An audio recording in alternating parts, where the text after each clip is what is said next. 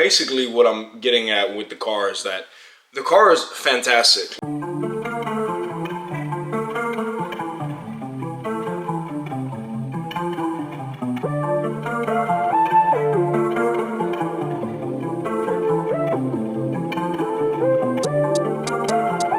So guys, here is my 22 AMG GT 53. Well, here's the thing, I want to give you guys a cold start on the car, but the reason I don't like AMG too much is because you have to hold down a paddle shifter in order for it to have a nice burbly startup. Whether it's all my M's, I mean, you just turn it on and it's crackling in the back and it's waking my neighbors up.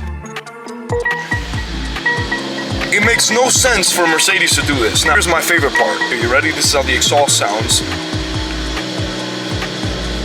Now, obviously, I'm gonna raise the spoiler. Obviously, the spoiler is everybody's favorite of the car. I think it's very sexy looking. The car looks very, very killer from afar.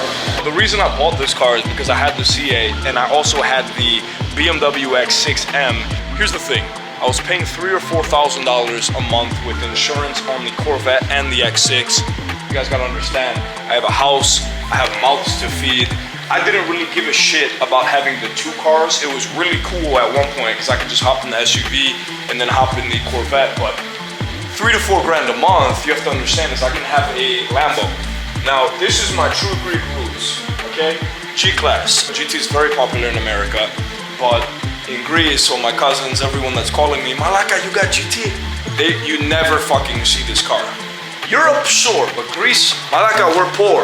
Corvette C8 had some of the best gas mileage. I didn't have some 2020 with the 4-cylinder mode. I had a brand new 2024 one. And my comparison to a V8 to this, I mean, you really can't, because not many V8s will hold the standard of what the C8 had. But if I was gonna buy something for gas mileage, I'd tuck my dick between my ass cheeks and my pants, and I'd go in the dealer and buy a Prius. So the AMG has a very nice infotainment system.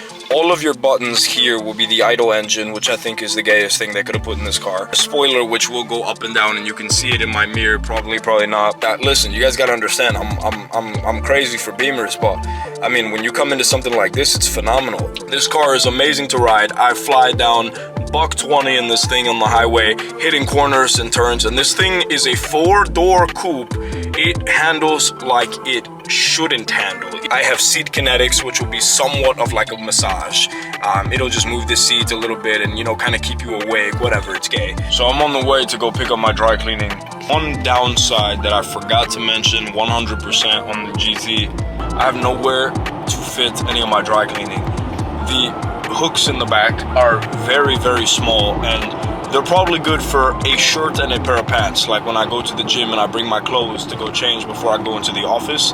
So I'm pulling into Tide dry cleaning service. I'm gonna show you one downside of the GT, and mainly any 4-door coupe that you choose to purchase, has no motherfucking room.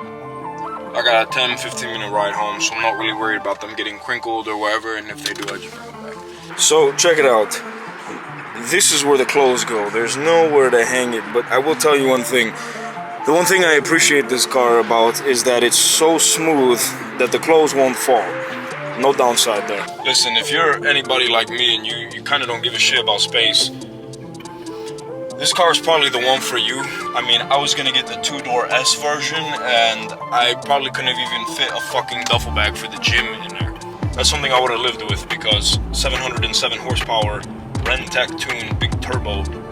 But I know for a fact that it was super tough to get me into that car because of the fact that, I mean, my credit has been pulled so many times to buy these cars. And one thing people don't understand is that I'm in the car business. I'm able to have access to a lot of this shit because of the money I make, the cars that I see, trade-ins, or whatever I see that I like and I want it. If it makes sense, I'll do it. One other thing that I absolutely despise about this car is that you cannot chop up in traffic or do anything crazy in this car without the safety features braking for you and almost killing you. You can turn it off. You can turn the safety features off. They will be back on as soon as you turn the car off and then hit the ignition the next day. It is the worst thing about Mercedes. It is the gayest thing about Mercedes. Sorry, not the worst, the gayest. And I wish that it never existed.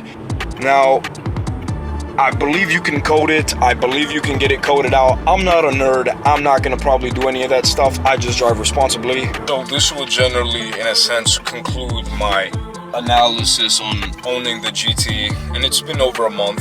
It's probably one of my favorites I've ever owned, and I've had, you know, almost 20 cars in the last 2 years. It's definitely one that will sit right with me for a while, and if there is any major maintenance issues, best believe that you will see another video on a new car, because I don't fuck around with paying 5-10 grand in maintenance or repairs. I just don't do it. I'd rather buy a new car. That'll conclude it. I think I'm going to give you guys an update, because there should be something coming that I will definitely be posting about, and we will reconvene.